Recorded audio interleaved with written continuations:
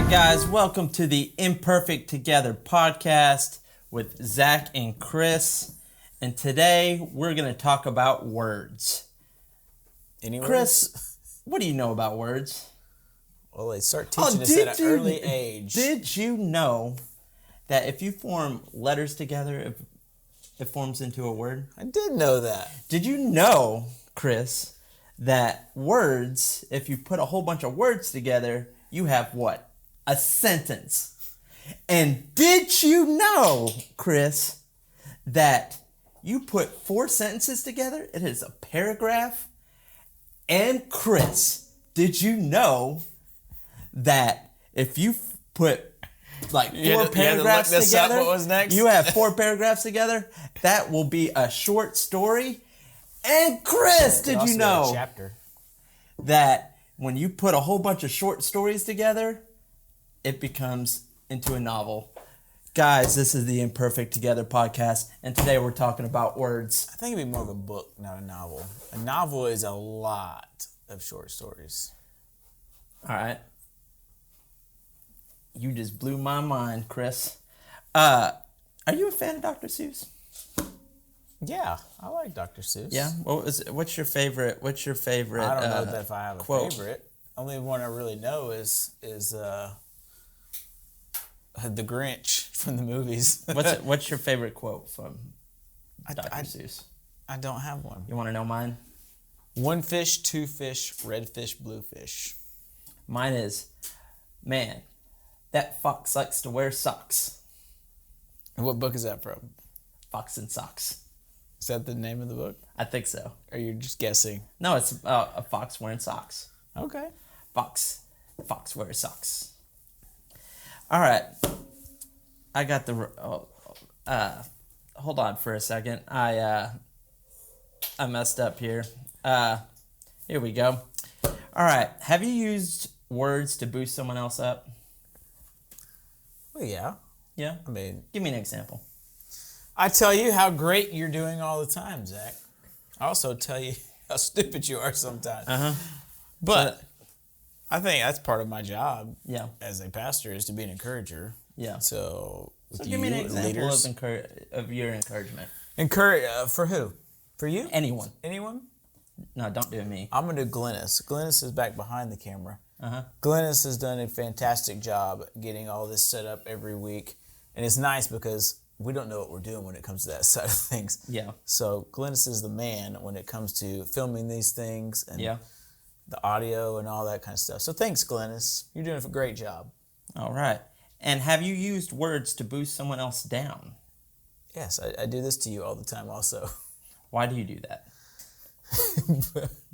1, because you make it so easy. But 2... Is it easy? Yes, it is really easy. Explain to me how this is easy. Zach, I'm trying. I don't want to hurt your feelings, Zach. Oh, don't hurt my... You can hurt my... Hey. No. In order to hurt feelings, you must have feelings. You make it easy because you start things off by talking about letters going into words and words into sentences, like we're back in kindergarten. So it makes it... You just open the door wide open for me to just... slam it right in your face. Yeah. And it's hard to resist sometimes. In the wise words of mystical danger. Okay. That's all I got on that one. Okay. So with that, are you nice to people? I think for the most part I'm very encouraging. For the most part. Now, I've also seen you say some mean things. Yeah, but I also tend to put my foot in my mouth sometimes. Well, like I said, you make it very easy. Yeah, like, I don't know. Like, here's the line, and I like to dance on that line. And whatever. And sometimes you jump way over and sometimes, here on the line. And sometimes I leap over. Leap over? Yeah. It's more like you catapulted over. Uh-huh. And then I have a rager. A rager? A rager.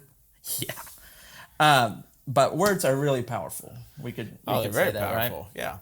And we have a lot of freedom when it comes to our words. You know, we could either hurt someone or we could boost someone up.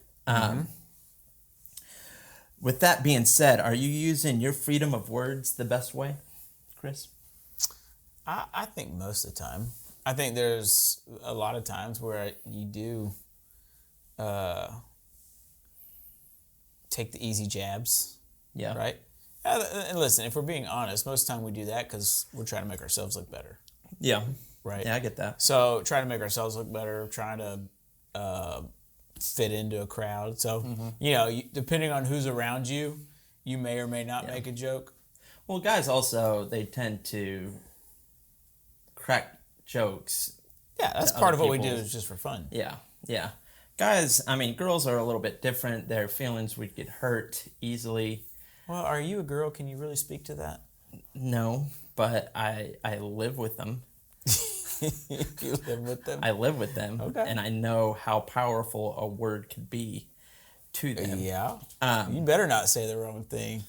Man, I say the wrong thing to her, to my wife all the time. What is the last wrong thing that you said to your wife Oh, man. that's appropriate? I have something in mind, but it is not appropriate. Okay, then go back to another one. I don't know. Sometimes I don't think. Hold on. When did you? All right. So your wife is a lot of pregnant. it. Your wife Yeah. is pregnant.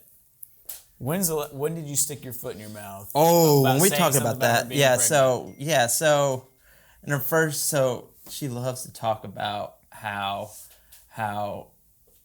her feet swelled up in their first pregnancy. Like she kept on talking, oh man, my feet swollen, my feet swelled up, my feet swelled up, and it's like, girl, get over it. Like, You said that to her? I get it. You're pregnant, but come on, like. Did you tell her to get over? Did you say this or did you think this? Yeah, I told it to her, and what did she do? she wasn't that kind to me. No. Yeah, and I also sometimes make comments. It's like, hey, I know that you struggled during that pregnancy, but I struggled just as much, and she loves it when I say that. But I do that just to get a rise over her, because of course she did. She pooped out a baby. I didn't. I wouldn't say pooped out, but Yeah, well. that's probably not gonna make teach her her very own. happy either. Yeah, to teach her own. Yeah, see, so even through this, like my words are probably gonna bite me in a few weeks. Do you feel like you are learning to get better at choosing your words wisely? I think I am. Or are you still like, I'm I don't care? To be honest with you, I've been more cautious with how I say things to other people. Mm-hmm. Even when I think it's funny, like there'll be times where I'll be like, "Oh, shut your mouth, Zach." Like I know it'll be funny, but don't do it. Like you'll hurt that person's feelings. And so I have done that I started doing that like a few weeks ago. Like really. You started trying to stop yourself? Yeah. Oh, I'm proud of you. Yeah. It's been hard. It is hard. It is really hard. Because you want to be the funny guy. Because I'm a funny guy. I'm a funny guy. You want to be the funny guy. No, So I am the funny guy. And it's easy for me to come up with jokes Yes. to the other expense, and it sometimes, hurts Right. the other person, and so I have to. And that goes back to we do that because it makes us look better. Yeah, yeah, Or we think so. Other people Yeah. it makes us look like jerks. yeah. But choosing our words, it could be tricky because although we may feel that they're good and bad words, not everyone feels the same way, right? And and that, it could go to joking around with each other. It could even be politics. The racial climate that we have in the world right now. There's a lot of things that may trigger other people. Listen, I think we say a lot of things sometimes like not even realizing we're saying something wrong or that we're ignorant on something. Mm-hmm. And we just don't even realize we did something wrong, but still say something that can be deeply offensive or hurtful or whatever. Yeah. Yeah. Like we say things and we kind of think, we don't really know what the other person's thinking. there are a lot of reasons why we use words the way we do, right? A lot of it could, we hear it, our families talk a certain way, and so, and we repeat it, growing older, or we use certain words because we want to fit in and be included. So that goes back to, Right. the cracking jokes.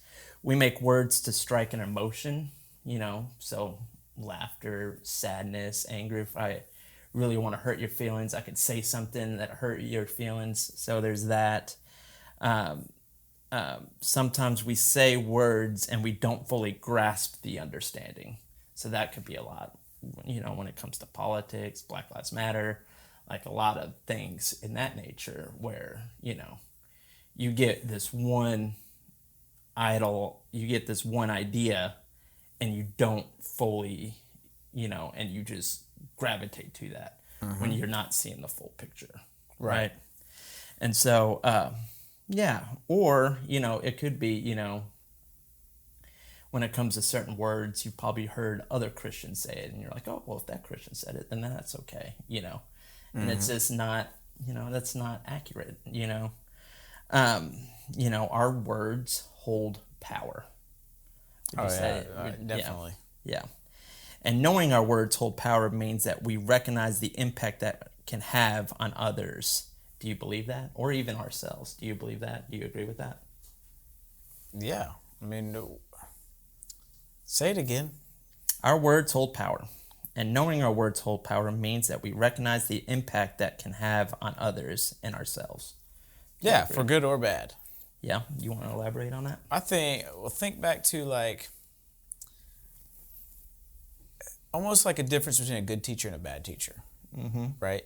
A good teacher is going to see the best in somebody, the best in you, and despite you may be struggling, whatever, they may see something in you and encourage you and lift you up, and that gives you, that's like something you hang on to for the rest of your life, almost, that helps you become the person you want to be. On the flip side of that, you have a bad teacher that just talks trash about you or says you're worthless. Well, then you hang on to that and you're like, well, forget it. I'm not going to do school or anything. Yeah. Because those words are so powerful. I mean, there can be one little word that jumps out at you that anybody says that you can hang on to for better or worse for the rest of your life because it can have such a deep impact on just, maybe it hit you just right at that time of day or whatever it was, but it's something you hang on to. That's why people go crazy. Yeah. Because of some stupid thing that was said to somebody one day and then they hang on to it for the rest of their lives. Oh, absolutely. Yeah. Our words have the potential to hurt, to offend, and people form opinions about you for something that you've done. So yeah, that's very accurate. Has that happened to you? Where you've said something and then other people kind of hold grudges? Oh, I'm sure it has. I mean, nothing's coming to my mind right now, but... Yeah.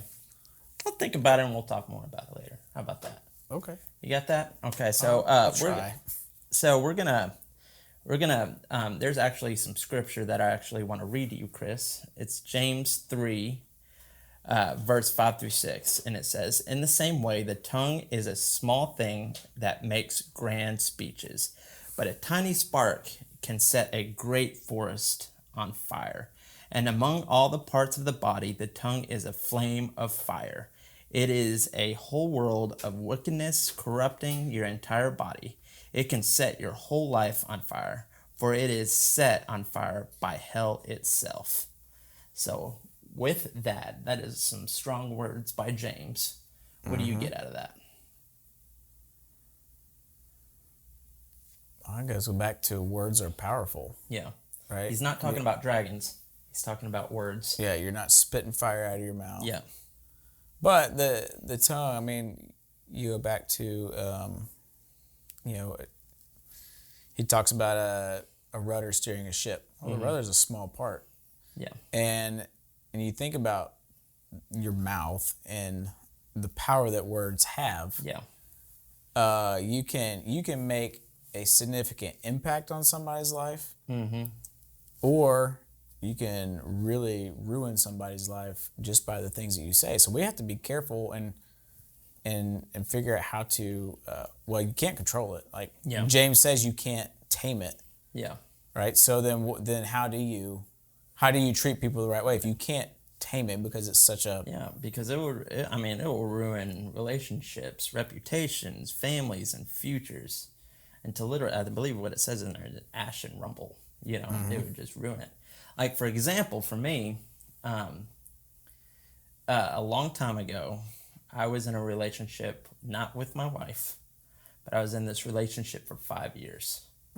And for and in those 5 years, I never really gave her any indication that I was done, that I was done with the relationship. So of course I would still say. So you wanted to dump her, but you didn't tell her? Yeah. So I pretended like nothing happened, nothing was going on inside me, and I just kept on saying, yeah, I love you, blah blah blah, I love you. And then so those are words that I was manipulating. Yeah. And then whenever I told her I broke up, first she thought I was going to marry her. I said, hey, we need to sit down. We need to talk about something. And she got all excited thinking I was going to, propose to her. And that's not what happened. I said, no, this isn't working out. You set that stage wrong. Yeah. But it had all to do with the words that I said before. I was setting up the stage not right for that moment. So how did this play out? It didn't play out well. She got really mad. Did she slap you? No, she didn't slap me. I think the other thing is like we've watched this the series finale of Lost, and I wanted to watch Lost first before I told her that I wanted to break up with her. So we watched Lost, and I was like, all right, we need to talk about something. Now this series is over? Yeah, now it's over. Now I can tell you how I feel. You can't watch Lost by yourself? Yeah. I need it. The next season after that, I found a friend, but I really wanted to finish that because I didn't have cable in my other house, so I was like, I gotta finish. So this is where it gets back to. You were using her for cable. Yes. Oh man, you are bad. You're a jerk. It was, I've grown up a lot. I know now not to manipulate. Not to use people just so you can watch TV? Yeah. Like, I've grown up. That was like almost 10 years ago. It was a long time ago. So, I learned from my mistakes. At least you learn from it. Yeah, but if you're still doing that'd be a problem. But those are but that's me using words for my benefit, and that hurt someone else. Yeah. So that's just an example. We didn't, and with that, we also just need to be careful with our words, and we have to pay attention to the power of it. For me, I wasn't paying attention to the power of those words. No, all you wanted to do was watch TV. Yeah. You didn't care. Yeah. Jerk. That's all right. She still doesn't like me to this day. I wonder why. She really doesn't. I wish I had her. I wish I knew her phone number so I could, or her email, so I could send her a link to this. If she's hearing this, know that I hope you're doing well. Even though you should apologize. I do apologize. Know that, and you may think that I'm joking with this. I'm being serious. I'm the idiot, but I hope you're doing well. We need to track. We're not gonna do that. We're not gonna do that. Hey, y'all help us track this girl down. Nope. They're not gonna do that. If you know somebody that dated Zach Kruger 10 years ago, and she still hates him, show her this video so she can have some closure. Dude, she doesn't even like my wife. She's probably just forgot she didn't even like. No, she didn't even like. I was at a wedding. Side note: I was at a wedding a few years ago, and my wife was pregnant with Eliza. At that time when we were at this wedding, and she was there. And and even then I was just like, you know what, if I bump into her, I wish nothing but great things, yada, yada, yada. Like, hopefully she'll get over it, whatever, And get over it. And so I went to the bathroom, and I was washing my hands, and I met one of these guys that I haven't met in a while, and I got all excited. And I jump out of the bathroom, and I kick the wall, and I turn around, and she's right there. And instead of me going, hey, how's it going? I went,